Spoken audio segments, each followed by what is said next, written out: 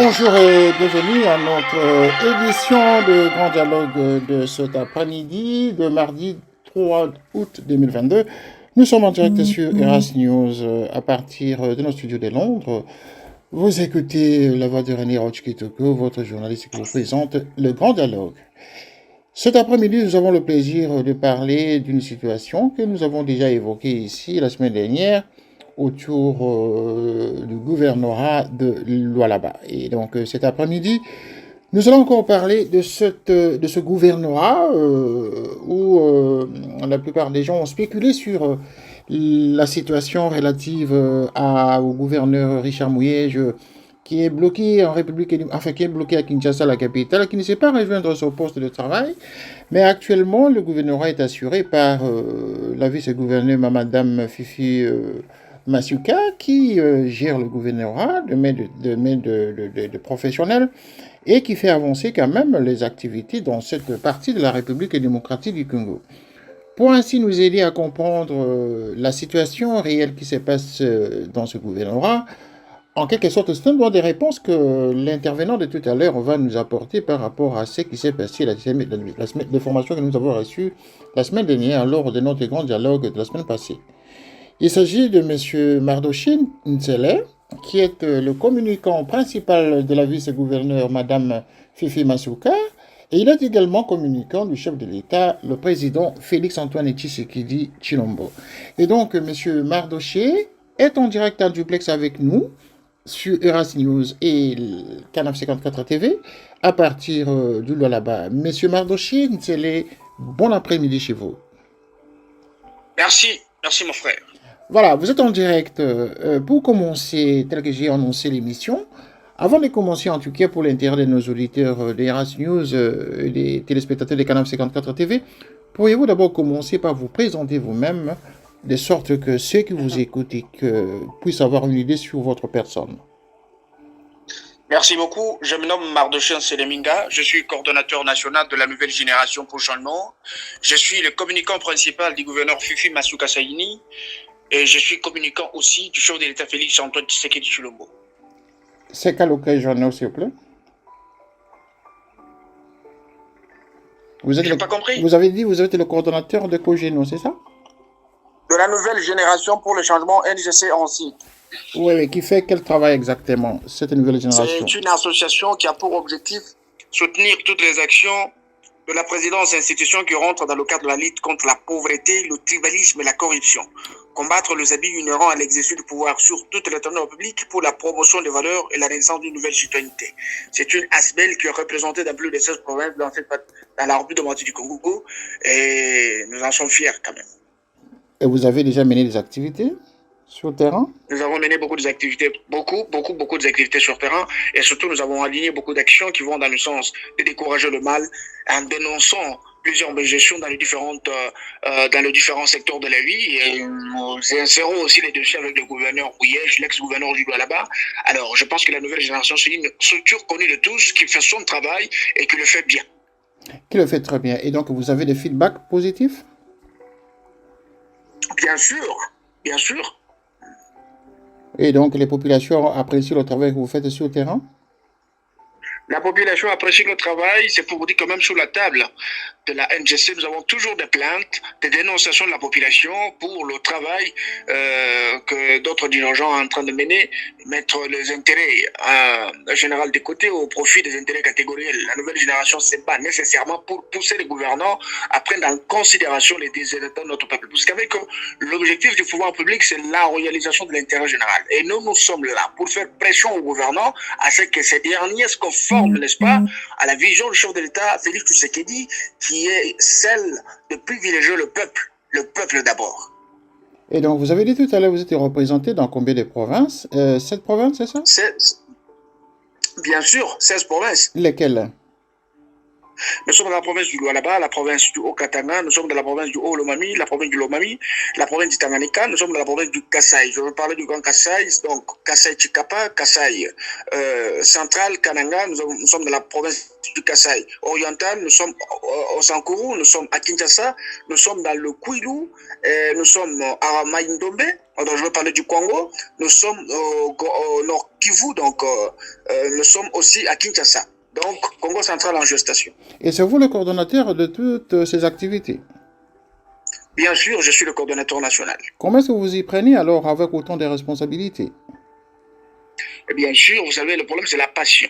J'ai choisi ce travail par passion, par conviction. Je me suis dit, je dois m'investir dans ça. Je me suis forgé l'objectif ensemble avec le cofondateur de cette association pour parvenir, n'est-ce pas, à l'objectif. Et nous nous sommes dit que le Congo serait un Congo meilleur si le socle, n'est-ce pas, doit être construit avec des valeurs. C'est bon, nous nous battons pour qu'on ait un nouveau Congo qui serait assis sur un socle de valeurs. C'est pour cet objectif que nous nous battons avec le moyen de bord pour exprimer notre attachement à ces objectifs afin de susciter le soutien du peuple et de tout le monde. Et donc, représenter autant de provinces, et dans chaque province, il y a des activités qui sont menées au quotidien, qui transforment quand même l'homme congolais dans ces différentes provinces. Et quelles sont vos projections dans d'autres provinces? Parce que le Congo est représenté par au moins 26 provinces. Là, il vous en manque encore du travail. Hein? Dans d'autres provinces, nous nous préparons parce que le plan d'action de la nouvelle génération sur le plan national, c'est de pouvoir occuper toutes les provinces parce que nous avons eu difficulté, c'est un problème de moyens parce que ce nous de tous, nous nous battons avec le moyen de bord. Je sais que petit à petit, nous allons y arriver. Nous allons arriver, je sais que nous sommes déjà dans plus de 16 provinces, c'est déjà quelque chose de grand. C'est une avancée très significative, nous pourrons encore faire beaucoup d'efforts pour aller dans notre province qui reste. Alors, pour l'intérêt de ceux qui nous écoutent pour le moment dans ce programme, est-ce que vous pouvez nous dire comment est financée ces activités, cette structure-là? Bon, vous savez qu'il y a une association d'après la loi, c'est après, avec les cotisations des membres, les subventions, je veux parler des soutiens des uns des autres, et en même temps, tout le monde s'implique pour l'avancement de la structure. De toutes les façons, c'est l'autoprise en charge, quoi. Et donc, les provinces ne sont pas impliquées dans le financement? Non, toutes les provinces, bien sûr, il y a les coordinations provinciales, et chaque coordination s'organise, n'est-ce pas, pour autofinancer les activités de la nouvelle génération. Partout, nous sommes représentés. Nous refusons le parrainage de politique pour éviter, n'est-ce pas, l'instrumentalisation de la jeunesse, parce que c'est parmi les éléments que nous combattons. Excellent. Alors, Monsieur Mardochier, nous allons entamer notre thématique de cette émission, de notre édition de cet après-midi, monsieur. Il s'agit de parler du Lualaba. Nous allons parler de deux sujets. Le premier sujet, c'est le Lualaba, la situation actuelle. Et également parler de la sortie médiatique de l'ex-vice-président de l'Assemblée nationale, M. Kabound Kabound, qui a quitté le bateau Félix Tshisekedi, qui a quitté le bateau UDPS, qui a formé son propre parti. Et donc, ça sera la deuxième partie de cette émission. Alors, parlons d'abord du gouvernorat de Lualaba. Quel est l'état de santé actuellement du gouvernorat? Le gouvernement provincial du Lualaba, dirigé par son Excellence Madame Fifi Masuka Seini, la représentante du chef de l'État dans cette plateau république, se porte très bien. La province évolue à pas de géant. Il y a plusieurs ouvrages qui sont en train d'être réalisés. Il y a des projets qui sont, n'est-ce pas, en marche. Et la province est debout. Dans 19 mois, je peux vous dire que le bilan est très positif parce que la province venait sortir d'une situation malencontreuse caractérisée par des détournements de fonds de l'État avec l'administration passée dirigée par le gouverneur Mouyej. La province aujourd'hui est délivrée par une femme parce que plusieurs personnes ont essayé de spéculer sur sa personne. Ils ont jugé l'apparence, mais ils ont ignoré que les qualités s'y cachent à l'intérieur. Ils peuvent être exprimées par les actions. Qu'est-ce qu'ils ont, excusez-moi, qu'est-ce qu'ils ont jugé, qu'est-ce qu'ils reprochaient, qu'est-ce qu'ils ont jugé en elle, qui pouvait entacher à son image? La compétence, la détermination, le patriotisme, la sagesse, n'est-ce pas? Et puis la perspicacité. On l'accusait d'abord, on l'accusait d'incompétence ou de compétence. Qu'est-ce que vous voulez dire par là? De quoi était-il? La compétence en politique. La compétence en politique, d'après l'entendement des autres, ce n'est pas parler un bon français. C'est bien s'habiller, ou les carrosses. Mais la compétence en politique, c'est lorsqu'on est présent, lorsqu'on exécute, n'est-ce pas, de manière parfaite, la vision du chef de l'État à travers le programme d'action de la province. Fifi Masuka, au Lolaba, c'est pour une première fois qu'une femme se conforme à la vision du chef de l'État, Félix Tshisekedi. Et nous avons vu, dans peu de mois, des actions à impact visible dans l'ombre de la vision du chef de l'État. Parce que vous savez que le chef de l'État travaille pour le peuple. Il a dit que les institutions doivent travailler pour le peuple. C'est ça même l'idée maîtresse de l'Union sacrée de la nation. Alors aujourd'hui, nous avons vu, il y a eu maximisation de recettes. Parce que je veux vous rappeler, à l'époque du gouverneur Mouyej, la province vivait qu'une seule taxe. Et la province vivait en dessous de ce moyen. Or, c'est la capitale mondiale du cobalt, excusez-moi. Le là-bas regorge plus de 63%, n'est-ce pas, de réserves de cobalt au niveau mondial. Et on peut voir dans cette partie de la province les ministères qui louent des maisons, où il n'y a pas d'infrastructure de base.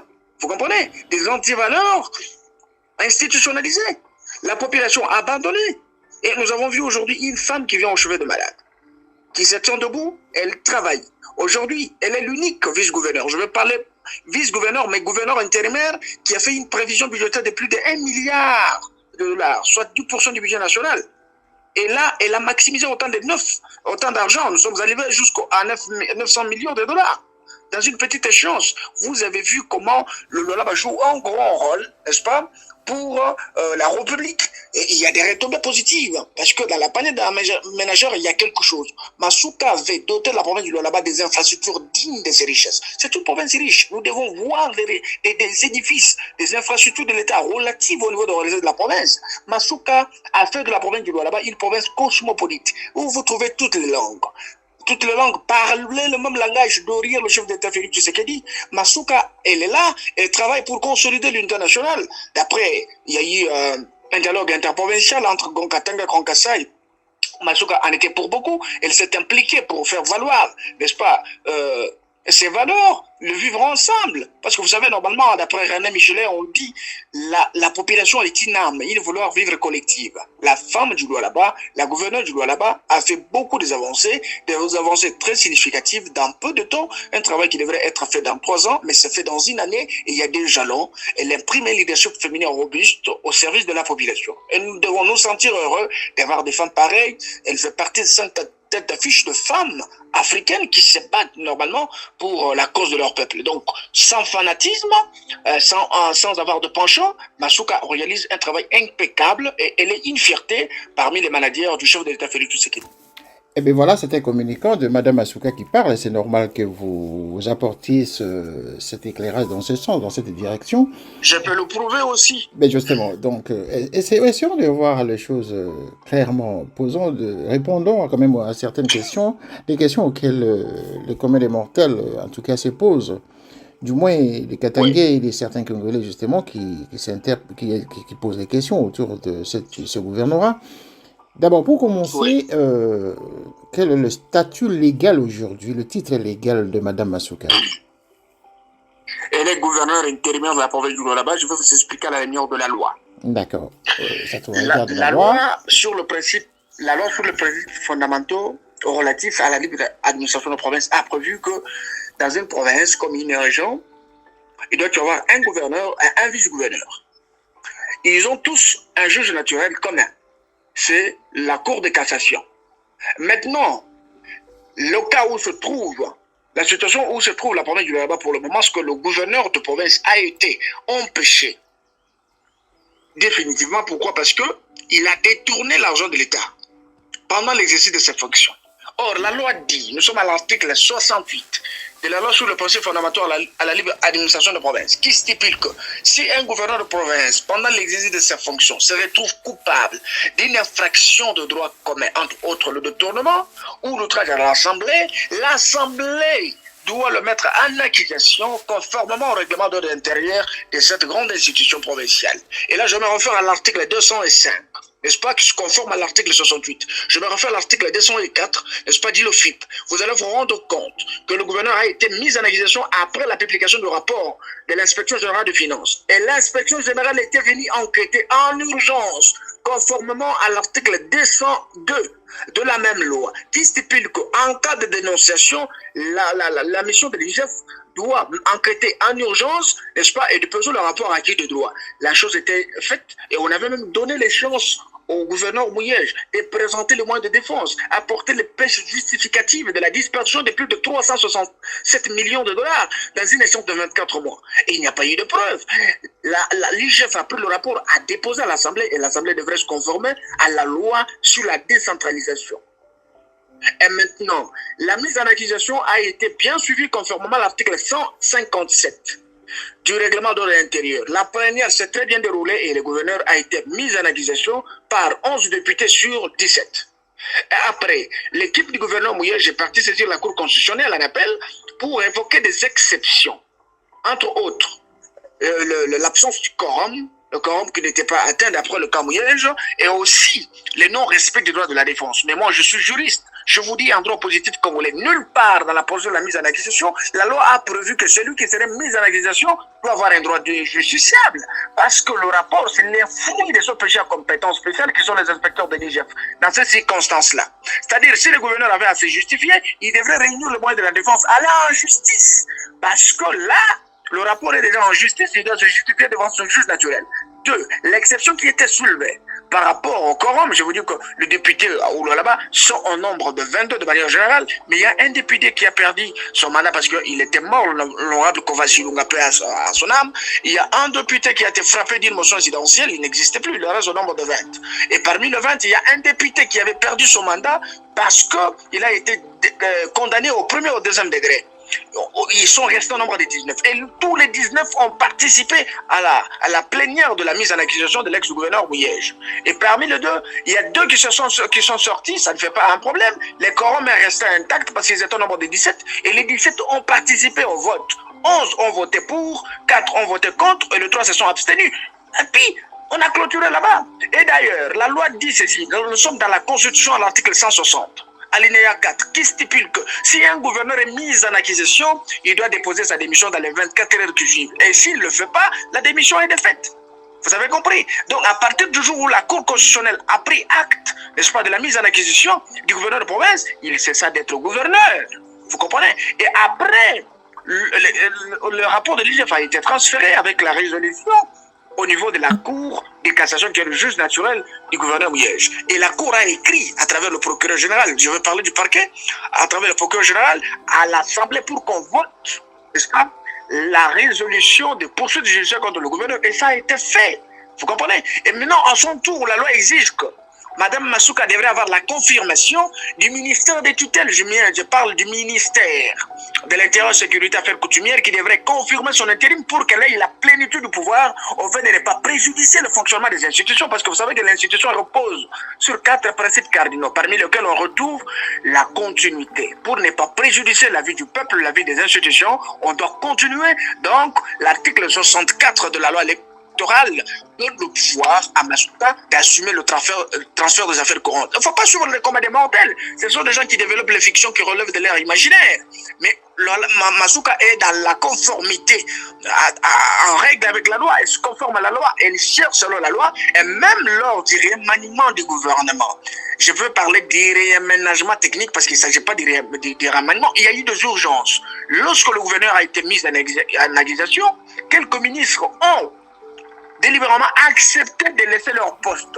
Ils ont refusé de servir Madame le vice-gouverneur. Ils ont pris entre guillemets les problèmes tribunalométriques. Or, c'est un problème institutionnel, un problème qui intéresse tout le monde.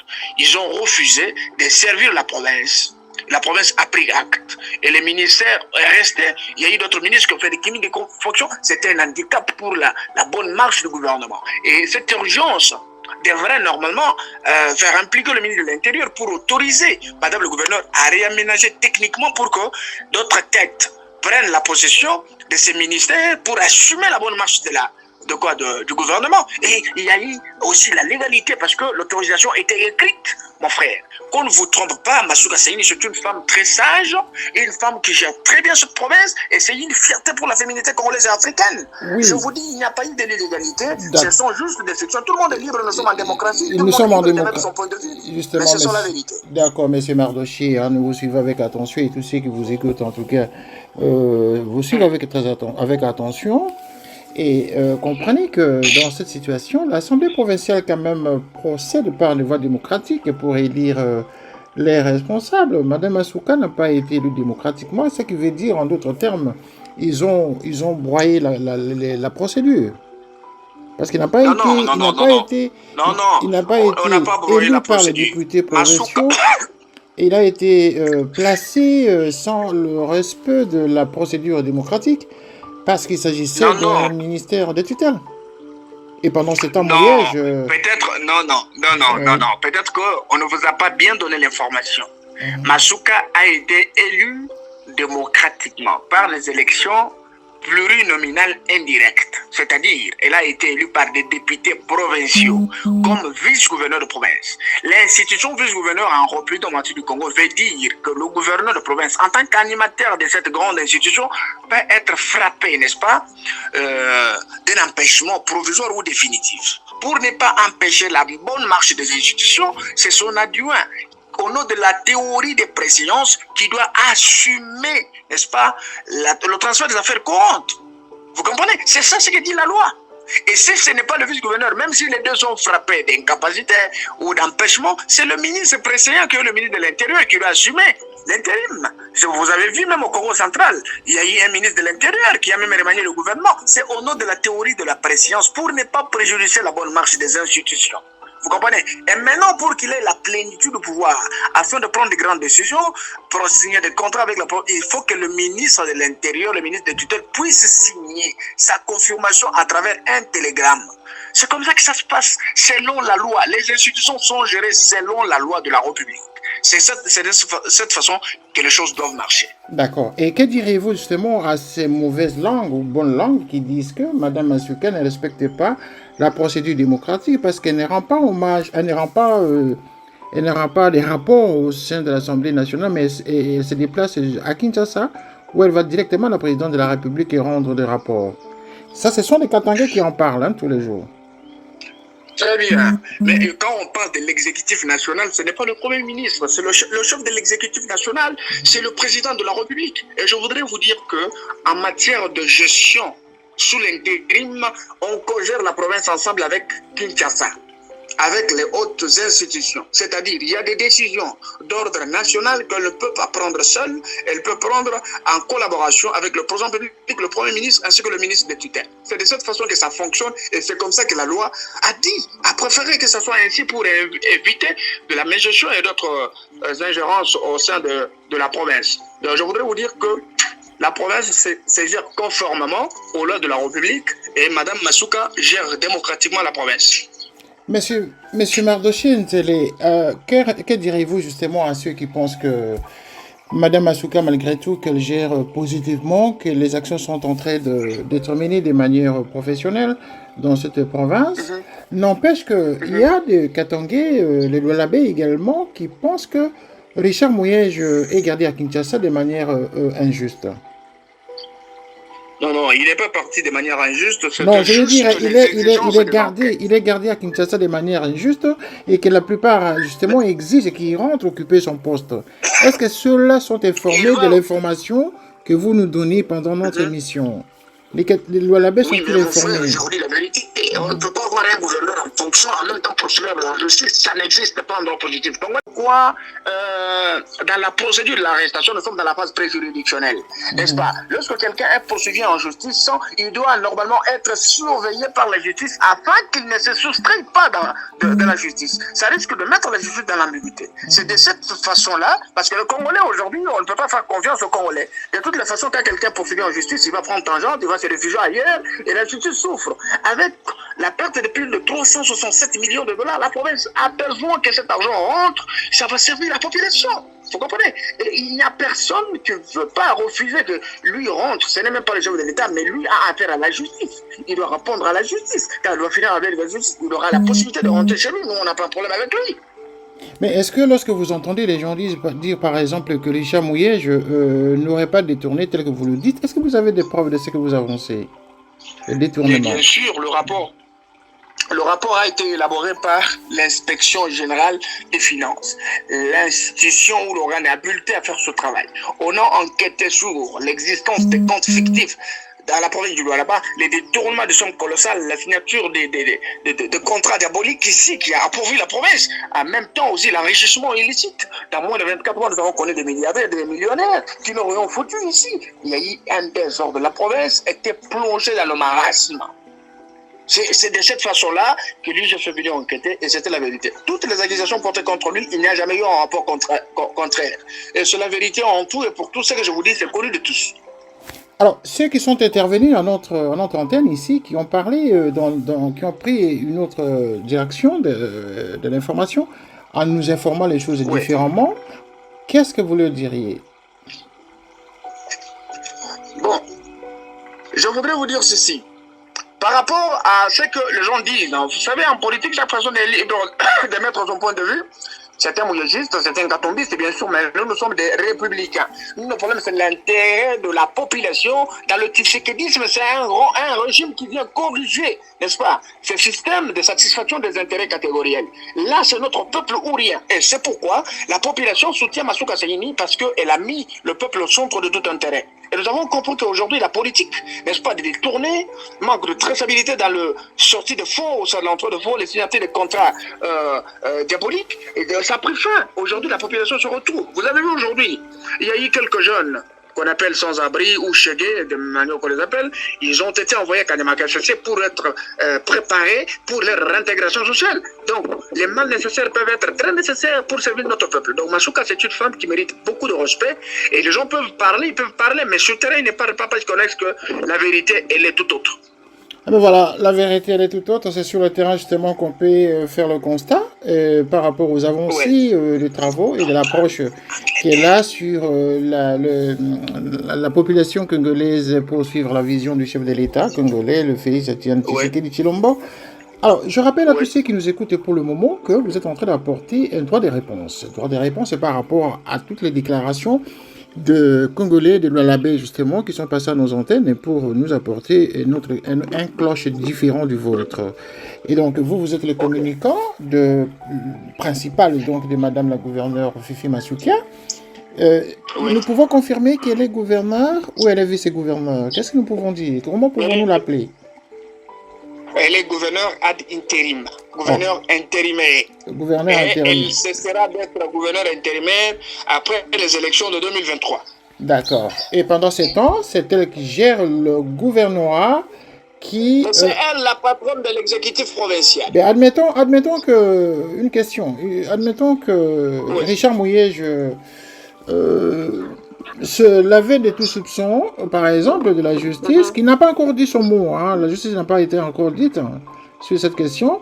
Admettons que Richard Mouyej est rentré au Lualaba aujourd'hui. Est-ce qu'il va occuper son poste de gouverneur? Non, il serait comme tous ces...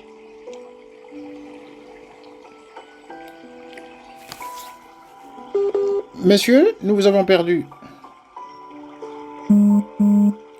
Et voilà, nous avons perdu Monsieur Mardoché.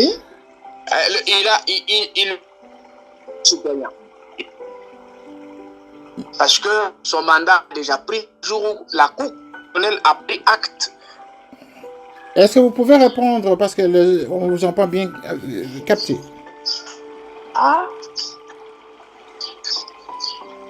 Nous ne vous avons pas bien capté, Monsieur Mardoché. Est-ce que vous pouvez confirmer ce que vous venez de dire parce qu'on n'a pas entendu? Il y a eu une interruption à l'antenne. Voilà, nous sommes interrompus. En tout cas, il y a un problème de connexion avec notre intervenant à partir du Lualaba. Comprenez que ce sont des questions sérieuses que nous posons par rapport à cette confusion qui règne au Lualaba. Alors, M. Mardoché, il est communicant principal de Madame la gouverneure Fifi Masuka. Il répondait à nos questions justement sur cette question de sa prise de pouvoir dans ce gouvernorat. Il nous confirme que Mme Masuka continue à faire son travail de manière convenable et qu'actuellement le travail qu'elle est en train d'effectuer justement dans cette province répond justement aux attentes de population et répond justement à la vision du président de la République. Donc nous espérons que M. Mardoché Ntele va nous recontacter justement pour continuer notre entretien, notre grand dialogue de ce mardi 3 août 2022. Je rappelle que vous pouvez toujours nous contacter au 44 73 06 18 75 27 pour intervenir à nos différentes émissions, à nos grands dialogues quotidiens. Nous avons 4 éditions dans la journée et à tout moment, vous pouvez toujours nous joindre justement pour intervenir sur les différentes thématiques que nous évoquons au quotidien. Donc, nous allons essayer de nous reconnecter avec notre intervenant, Monsieur Mardoché, qui pourrait probablement être à l'antenne pour le moment. Et nous espérons justement que les auditeurs qui sont en train de nous écouter pour le moment sont toujours aussi nombreux à suivre votre émission, Le Grand Dialogue. Nous sommes en train justement de nous reconnecter avec M. Mardoché Ntélé en République démocratique du Congo. Monsieur Mardoché Ntélé, nous étions interrompus par un problème de connexion. Est-ce que vous pouvez toujours nous confirmer que M. Richard Mouyejeu est out? Si jamais revenait. Il ne revient pas avec la casquette du gouvernement, il va revenir avec une casquette d'un citoyen congolais qui était en conflit avec la justice. Parce que de toute façon, qu'on ne vous trompe pas qu'il se recline, il va restituer le 367 millions. C'est confirmé de l'aéroport de l'institution de finances. Et je voudrais vous dire que la grande peur, c'est qu'il a peur de ne pas se présenter parce que il a peur de ne pas aller en prison. C'est ça. Et d'après vous, pourquoi il ne peut pas, la justice ne se saisit pas de l'affaire? Parce que la justice n'a pas encore dit son mot. Bon, vous savez que ça, c'est une question directe de la justice. La justice a déjà dit son mot. La justice, à travers le procureur, on avait demandé à l'Assemblée de voter une résolution de poursuite judiciaire. Ça a été déjà fait. Et là où il est, il doit répondre. Il est déjà signifié. Il doit répondre devant la justice pour justifier, n'est-ce pas, la disparition de ce 367 millions de dollars qui a représenté une gestion opaque de finances d'anticipateurs publics. Eh bien voilà, 360 millions de dollars quand même, et ça fait beaucoup en tout cas pour une personne qui détourne en dépit de problèmes qui traversent le peuple congolais. Alors, Monsieur Mardoché, nous allons passer à la deuxième partie de notre émission. Directement, nous allons parler de la sortie médiatique de M. Kabounda Kabounda, de l'ancien vice-président de l'Assemblée nationale et proche du président de la République, Félix-Antoine Tshisekedi Tshilombo. Il était membre, vice-président AI de l'UDPS, l'homme de confiance du chef de l'État congolais. Le voici aujourd'hui dans l'opposition. Sa sortie ne vous a pas fait peur? Non. Sa sortie ne peut pas me faire peur. C'est la sortie d'un citoyen congolais qui cherche à faire son opposition. Mais ça crée des frustrations. Ça crée quand même des frustrations au rang de l'UDPS, n'est-ce pas? Non. Pas du tout de frustration. L'opposition est légitime d'après le loi de la République. L'opposition est reconnue par l'État. Parce que nous, oui, mais d'accord, l'opposition est reconnue, mais celle-là avec Kabound quand même, mais ça va faire déborder là. Je vais arriver là-bas. Ouais. Nous avons connu beaucoup de personnes sous le régime de Kabila qui ont laissé Kabila. Je prends l'exemple avec Pierre Lombi, je prends l'exemple avec Moïse Katumbi, je prends beaucoup d'opposants qui sont partis. Si je peux reculer à l'époque de Mobutu, je prends les tests parlementaires parmi lesquels se trouve le père même politique de Kabound, et le père biologique et politique aussi de notre président, son excellence Félix Tshisekedi. Je n'ai jamais vu ces opposants un modèle de l'opposition dans notre pays, n'est-ce pas, pressé par des antivaleurs, la médiocrité, excusez-moi le terme, l'insolence, le manque du respect à l'institution président de la République. Je ne l'ai jamais vu. Parce qu'on ne peut pas devenir opposant lorsqu'on se dit on a des secrets à dire. Non.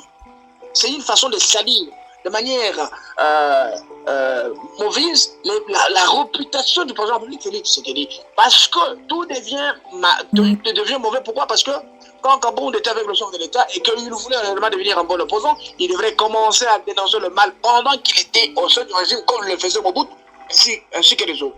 Et tout ce qu'il a dit, ce sont des mensonges. Parce que Félix Tshisekedi prépare les élections pour 2023. Kabound dit qu'il y aura un glissement. Mais il n'y aura pas un glissement, il y aura bel et bien des élections en 2023. Kabound nous parle, n'est-ce pas, de transfert d'argent, ainsi de suite, mais le chef de l'État n'a pas le droit de mettre la main dans la caisse de l'État sans autorisation des différentes institutions. Il y a tout un circuit, une procédure qui doit être respectée. Vous comprenez? C'est sous Félix Tshisekedi que nous avons connu un budget de plus de 10 milliards de dollars, mon frère.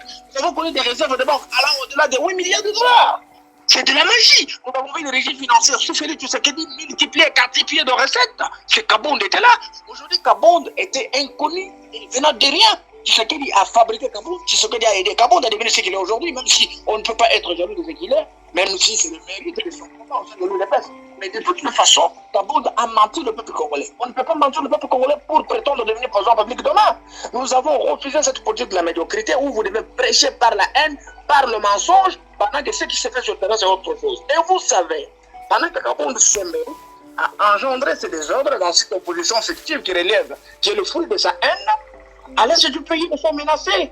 Nous devions nous comporter en une personne pour repousser l'ennemi d'une manière ou d'une autre, motiver notre armée de pouvoir faire un bon travail. Vous avez un Kabound qui n'a que la folie de la haine et des positionnements politiques. La frustration, bien sûr, que la frustration est légitime, mais on doit tenir compte de l'intérêt général du peuple. Personne ne refuse à Kabound de faire son opposition, mais le mal que décrètent les Congolais, c'est le mensonge, la haine, la médiocrité dans le chef de Kabound. Vous comprenez? Donc, ce que je voudrais vous dire, c'est que les Congolais sont mécontents du comportement de Kabound, des propos proférés par le Kabound à l'endroit du chef de l'État Félix Tshisekedi. Brièvement, ce que je voudrais vous dire, c'est que les sorties Kabound n'effraient personne, on n'a pas peur de rien. Nous nous prêchons par la vérité, par les actions. Vous êtes en train de voir comment le chef de l'État agit. Il a rempli de mentir qu'on comprend. Dans tous les secteurs de la vie, que ce soit sur le plan sanitaire, éducationnel, pour la première fois en Afrique, vous avez un pays qui donne la gratuité de l'enseignement, la gratuité de la maternité. Vous comprenez? Les infrastructures de base, le chef de l'État agit positivement. Vous avez un président démocrate. Et vous avez la liberté d'expression, la liberté de la presse. Tout le monde est libre. Dans un pays où les gens parviennent même à insulter le chef de l'État, ils ne sont pas inquiétés. Kabound devrait mettre de l'eau dans sa bouche et dire aux Congolais que je m'excuse, il devrait présenter les excuses au peuple congolais parce que nous sommes un peuple mature, nous avons été beaucoup roulés par le régime Kabila, et Tshisekedi vient pour corriger, et n'est-ce pas, corriger les insuffisances du kabylisme, et cela se caractérise par la mise en place des structures fortes, de lutte contre la corruption et des structures qui vont dans le sens de maximiser les recettes afin de répondre favorablement aux désordres de notre population. Voilà, Monsieur Mardochi, vous êtes le communicant. Oui, vous êtes en même temps le communicant du président de la République et nous l'avons présenté tout à l'heure. Il est vrai que ces dénonciations, les discours des Kabound vous gênent. Bon, de toutes les façons, les discussions des discours de Kabound ne gênent pas parce que moi, je m'abstiendrai pas à attaquer Kabound individuellement. Moi, je m'attaque au propos de Kabound. Et je dis que ce sont des mensonges. Petit à petit, nous allons le prouver à travers les actions. Quand Kabound dit qu'ils étaient organisés pour un glissement, mais c'est un mensonge. La CENI s'organise. Nous avons même des matériels qui sont déjà là pour l'enrôlement. En 2023, il y aura bel et bien des élections parce que le chef de l'État l'avait dit qu'il respectera notre constitution. N'importe le cas de force majeure que nous avons connu dans notre pays, l'avènement de l'insécurité récurrente et permanente dans le sud du pays. Je prends aussi l'exemple avec le Covid-19 qui a bouleversé l'économie de la République parce que nous sommes un pays faible sur le plan de l'économie. Il y a beaucoup de choses qui ont arrivé, mais je te dis, ce qu'il tient, il y a toujours des efforts, la maximisation de la recette et nous allons financer les élections nous-mêmes.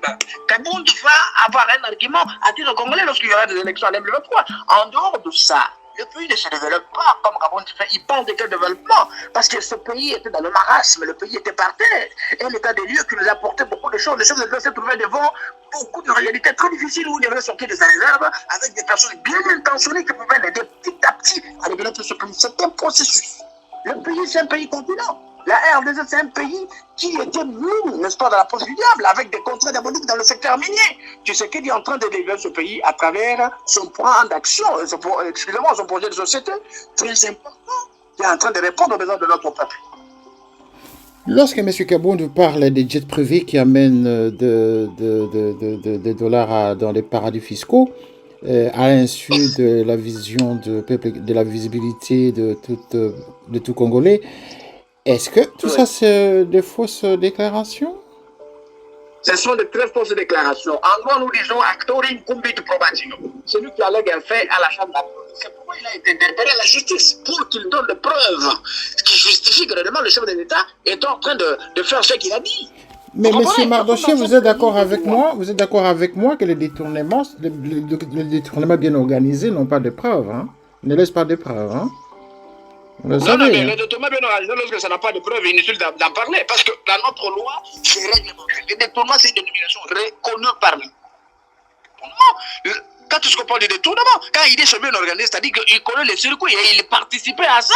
C'est à lui bien placé comme il a dénoncé de nous prouver. C'est pourquoi la loi dit, c'est lui qui allègue en fait à la charge de la prouver. C'est-à-dire c'est à lui de prouver à notre face qu'il a acquis le chef d'État à son peuple. C'est le peuple qui est le souverain primaire. C'est pour légitimer le pouvoir de Tshisekedi qui s'est gagné à son peuple. Mais c'est à lui maintenant de prouver pour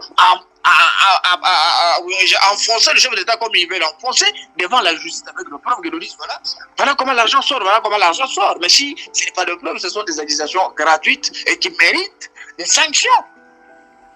Mettons en parallèle deux cas de défection que les Congolais avaient observés sous Kabila. D'une part, il y avait eu Vital Kamerhe qui avait quitté le président Kabila en son temps, suivi de Moïse Katumbi qui a également quitté le président Kabila en son temps. Les deux n'ont pas fait des déclarations fracassantes comme Katumbi. Ils sont partis avec élégance lorsqu'ils ont quitté Kabila. Par contre, Kaboul, quand il quitte avec la colère. Et donc, ça veut dire que ce monsieur a des choses à dire.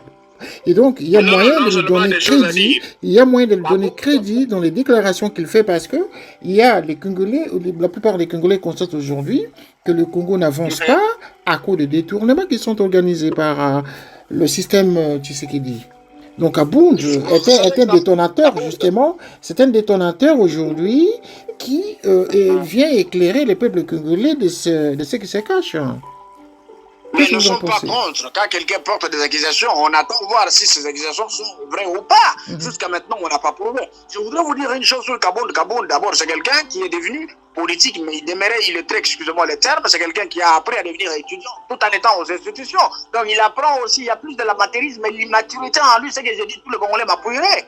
Vous comprenez? Donc quand on prend des personnes pareilles, on doit être vigilant pour le gérer. Donc il ne connaît rien de tout ce qu'il fait et il prétend devenir président en public. On ne peut pas devenir président en public si on prêche par les antivaleurs, le mensonge, la médiocrité et le séparatisme. Vous comprenez? On prêche pas le valeur et lorsqu'on peut porter des accusations, on porte avec élégance, avec de preuves. Et le peuple va se rendre compte que oui, le régime nous trompe. Mais lorsqu'on sort, la frustration est légitime, bien sûr, mais il y a une bonne dose de manque de maturité dans le chef de Kaboul et ce n'est pas un bon dirigeant même pour être bourgmestre de commune. Lorsqu'il parle des jouissances, le régime des jouisseurs, quelle est votre réaction? Est-ce que la jouissance ne se fait pas voir au quotidien? La jouissance est légitime, mon frère. La jouissance est légitime. Dans le droit les attributs de droit foncier ou les attributs de propriété, on vous dit qu'il y a 3 attributs. Il y a l'usus, le fructus et l'abusus. Donc, l'usus, le droit de jouir, il est reconnu par la loi. Mais quand quelqu'un jouit dans des conditions prévues par la loi, pourquoi ça doit faire mal à l'autre? Quand quelqu'un porte une belle costume, il a une belle jeep, normalement c'est un président public. La jouissance vient d'où? Et notre président public, ce n'est pas un duvet, vous ne le verrez pas dans les boîtes de nuit. C'est un président respectable, père de famille, qui se bat pour son peuple. Et la jouissance vient d'où? Kaboul a une belle maison qu'il a trouvée sous le régime de Tshisekedi.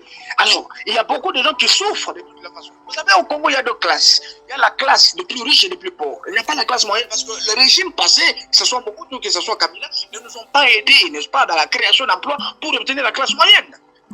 Pourquoi vous voyez de toute façon ceux qui n'ont pas jaloux de ceux qui ont? De toute façon, quand un président public, quand on parle de la jouissance, on doit ses aînés. Il joue quoi? Qu'est-ce que Tshisekedi a de spécial? Tshisekedi n'a pas de dette privée. Tshisekedi a un avion officiel de la République qui le prend, qui l'amène partout. Je n'ai pas vu les enfants de Tshisekedi distribuer l'argent comme c'était à l'époque de Kabila. Mais c'est du n'importe quoi, mon frère. Ce sont des racontars de cancans dans l'objectif de salir le chef d'État de Tshisekedi. Il parle également d'une certaine jouissance, la jouissance à outrance. La jouissance à outrance qui est constatée par la plupart des Congolais et lui, il vient porter ça sur la place publique. Admettons que demain, Kaboul apporte des preuves devant la justice. Quelle sera la réaction de tous les membres des partisans du président de la République? Et si jamais Kaboul apporte des preuves devant la justice, ça ne va pas déranger le système? Non, mais non, on attend de preuves, mon frère. Ne vous en faites pas, nous sommes libres. Comme des poissons de mer, nous sommes très à l'aise. Nous voudrons voir Kaboul avec de preuves. D'abord, il n'y en aura pas. Mais ce que je voudrais vous dire sous le régime de Tshisekedi, un grand jouisseur qui a mis des choses en difficulté, c'est Kaboul. Kaboul qui a occupé illégalement des carrés miniers dans le Grand Katanga ici, l'exploitation illicite qui ne payait même pas de taxes de l'État. Je connais Kaboul avec des carrés miniers ici, il a pris des copines de partout, il importait des femmes pour les amener dans le Katanga. Ces gens qui ne payaient pas, qui voulaient faire la loi du plus fort. Mais pourquoi n'avait-il pas été dénoncé? Pourquoi n'avait pas été dénoncé en ce temps-là, lorsque vous avez fait ce constat-là, parce que vous dites que nous sommes dans un état de droit? Alors qu'il était avec le président de la République, il n'a pas été dénoncé. Pourquoi? Ça a été dénoncé même à l'époque où Kaboul n'avait même pas encore démissionné à son poste du premier président. Nous avions dénoncé un monsieur très orgueilleux qui agit, qui part sans souci. C'est connu de tous, mon frère. Est-ce que vous avez saisi la justice à son temps? Vous avez saisi la justice en son temps pour dénoncer ce monsieur? À notre niveau, nous portons des dénonciations. C'est à la justice de se saisir d'office pour enquêter. Vous comprenez? C'est ça. Eh ben voilà, Monsieur Mardoché. Monsieur Mardoché, nous sommes arrivés au terme de notre grand dialogue de cet après-midi. À moins que vous ayez un dernier mot sur Madame Asuka, que vous êtes le porte-voix, et également sur la situation de M. Kabound. Est-ce qu'avez-vous un dernier mot pour chaque point? Je commence d'abord par rendre hommage au chef de l'État, son Excellence Félix Tshisekedi Tshilombo, pour sa bonne foi, sa détermination de pouvoir changer le Congo, amener ce Congo vers l'émergence. Je salue aussi la bravoure, la détermination et la conscience, le patriotisme de l'Excellence Fifi Masuka Saini, la gouverneure du Lualaba, par n'est-ce pas, sa détermination, son courage de poser la vision chef de l'État à bon escient, donc en pleine conscience de cause. Et elle pose des jalons, ceci se remarque à travers des actions impact visibles. Nous demandons à tout le peuple congolais de faire confiance en notre pouvoir, de soutenir le chef d'État et lui donner un deuxième mandat pour la concrétisation de sa vie. Et j'appelle tous les Congolais, n'est-ce pas, d'observer la médiocrité de ces Kabound, de les juger. Et alors, nous appelons notre population au calme, d'appuyer nos frères RDC à l'est du pays et prier aussi pour la paix à l'est de notre pays. Voilà, Monsieur Mardoché, merci beaucoup. Merci en tout cas de votre présence à cette édition de l'après-midi de ce mardi 3 août 2022. Merci d'être passé à nos antennes en tout cas. Nous souhaitons en tout cas bonne chance là où vous êtes dans toutes vos activités. Que ceux-ci sont entendus justement aux oreilles des dirigeants de la République démocratique du Congo. Merci, Monsieur Mardoché. À très bientôt. Au revoir. Merci beaucoup. Merci. Voilà, nous sommes à la fin donc de notre édition. Nous sommes à la fin de ce programme. Vous avez suivi le grand dialogue de ce mardi 3 août 2022. Et donc, c'est avec beaucoup d'attention que nous vous quittons, la main dans le cœur. Après avoir écouté M. Mardoché, le communicant principal de Mme Masuka, la vice-gouverneur du Lualaba, et communicant du chef de l'État congolais, M. Félix Antoine Tshisekedi Tshilombo. Donc cette édition vous a été présentée par René Roche Kitoko, journaliste à Eras News. Merci et nous allons encore revenir dans notre édition de ce soir pour vous donner d'autres informations comme d'habitude. Merci donc que la voix de Dieu, les esprits des ancêtres vous protègent là où vous êtes en tout cas et que nous allons continuer toujours nos échanges dans les différentes émissions et nous serons toujours prêts à partager avec vous les différentes communications des décideurs de la République démocratique du Congo ainsi que de l'Afrique entière. Merci beaucoup et à très bientôt. Au revoir.